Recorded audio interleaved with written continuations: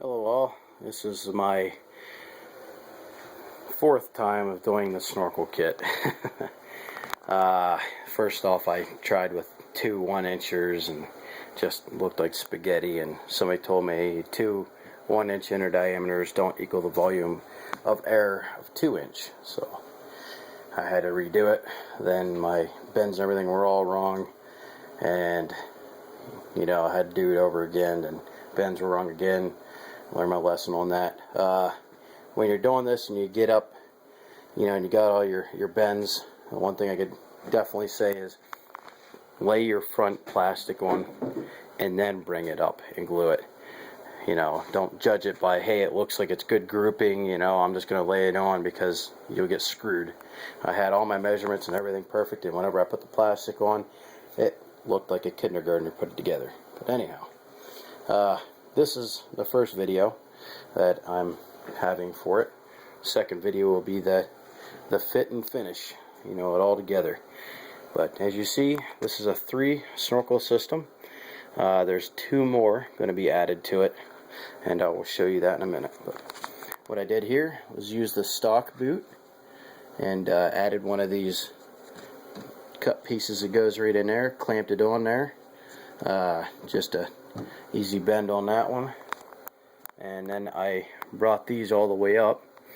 This in here would be the exhaust for the belt, and this one here would be the intake for the belt, and that will be coming up basically almost the same way. Now this boot moves, so it's going to go actually right there.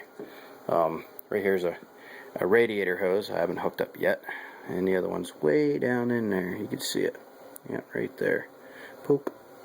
But I suggest getting rubber boots for them, because if you do straight PVC pipe and you have to take your clip off, then you're kind of screwed. You have to cut your PVC. So this right here is awesome. I actually got 4 of them and didn't need them. So yeah, if you want to check out my other video for the Burt bottle mod, I got that up too. That's in there. But I'll show you how I routed it. Alright, got a blade in here already. Come on, light. But you can see it comes right up over the A-arm. I have the suspension completely off. That would be the intake one. There was no other way to really route it unless I moved the oil cooler, which is right there. Now this being the exhaust one, I did some 90s all the way up to get up in there to get around the steering. It worked out pretty good. The steering's free, not rubbing. The oil hose goes right up over it. It's not tight. You can move it freely, and you can see right there's my radiator hose, goes up over it. It moves freely, not kinked or anything. It actually goes down to the stock location where it comes up out of there. Okay, but yeah, it was a bugger, but a guy told me, he goes, build it simple, not smart, and he was so right on that, because I was trying to do everything, the way I thought it should be with all this weird bends and stuff, and no, he was right. Make it simple. But you can see where the back one is. The 2-inch fits right in there, clamps right on, not a problem at all. And she runs right along the bottom here, far enough away from the exhaust. Right there's my suspension piece. Now for the people saying, why'd you run it onto the A-arm? That's just crazy. It's ludicrous. It won't hit. I've put the suspension on and took the shock off and raised it all the way up. And let me tell you, if that A-arm hits that PVC pipe, I've got more problems than just to rub the PVC pipe. Because fully compressed, I have an extra 2 inches from where it sits right now, and that's a big deal whenever you think it's just limited room. But I don't know. But you can see, it hits right there, but it won't with the suspension, or brings it. That's top dead right there, or right around there. It'll never hit. Like I said, if that suspension touches that PVC pipe, or anything touches that PVC pipe, I'm going to have a lot more problems than that. But that's basically what I got right there. I should throw the rack on there and show you. Oh, here's another. I've got this right here drilled into the bottom part. That is a 1-inch diameter, inner diameter there. That's going to come around and shoot straight up here. And this one already had done. I don't know if I can lift that plastic. You can see right there where I've got it. Just be careful because you got a sensor up there. You take your hole saw and cut it.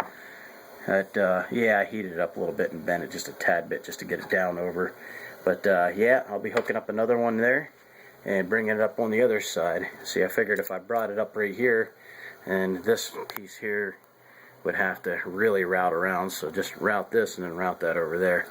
But that'll add some, a lot better than stock. You can see how I got her done so far. Yeah, and then I'll have the 2 1-inchers. It'll come up here, and they'll all come up, laid down. I've already had the rack on, I've had the radiator on, and she looked very good, very good. The snorkel sat down right where I wanted it, came up to about here. The radiator laid so flat and nice that I could, when I was sitting on the machine with the seat on, I could see over it. Now, a lot of people build them where they're straight up and down. It's not good for trailing because you can't see up over to get up over the logs. Another important factor would be check your steering, because if you're building a 4 snorkel system with all 2-inch, make sure you measure it right. Make sure you get the steering, because right there's my winch. I actually have to move that down a little bit, but yeah, my snorkels come right about to here, so it's not even a problem with the running the 3 and then the 2 1s, which I think would be cool because it'd be, you know, set it off rather than 4 big dummies hanging up top there, plus the weight of 4 of them. I tried the 4 and I'm telling you, it's hell on earth trying to fit all of them in there without cutting the plastic. As you see, I started to route it and I was like, you know what, let's just stop. I don't really care about the plastic because it's already grummy, as you see. But yeah, she looks good. Right here is the rack I've got welded up. Let me see if I can spin this around. I had to paint it because obviously it was a little beat up. You can see the little pieces here I welded on. I used angle iron here for strength and durability. Definitely angle iron there. And then I used flat stock right here. The reason why I used flat is so it flex back and forth a little bit. That way when I'm pulling the radiator out, it's not just like stuck in there. It has a little movement when I can pull it out. And of course I drilled holes in here to where it'll set right in there. It looks very good. You know, it doesn't look like much right now. It looks like a skeleton from the view I'm giving you right now. But yeah, it sits in there really good. And when they're all bolted up, it don't shimmy back and forth. So the main thing you want to watch for the integrity is it from going up and down, you know, as you're driving, because you're constantly hopping it, you know. It's not many times it's going back and forth too hard. And the radiator filled up and all that, even though it's aluminum, it's still heavy. So yeah, the butt end fits right down in here, and it secures it, and then these will have 4 screws in it to hold it down, and it'll come up there real nice and perfect. And my snorkels will be coming right up in there, and it looks good. What I use is this truck bed coating. It's like rhino lining. The stuff is really strong. I was really shocked on how strong it was. I used it on my Thundercat 300 that I have on its racks, and you know, I got that for my daughter. She climbs all over the rack, and it doesn't scratch at all. So I'm plenty happy with that. This is my radiator hose I'm going to be using. You know, it's pretty strong. It's flexible. It's hard to find radiator hose that's 1-inch. That's actually heater hose, but it'll hold a higher temperature.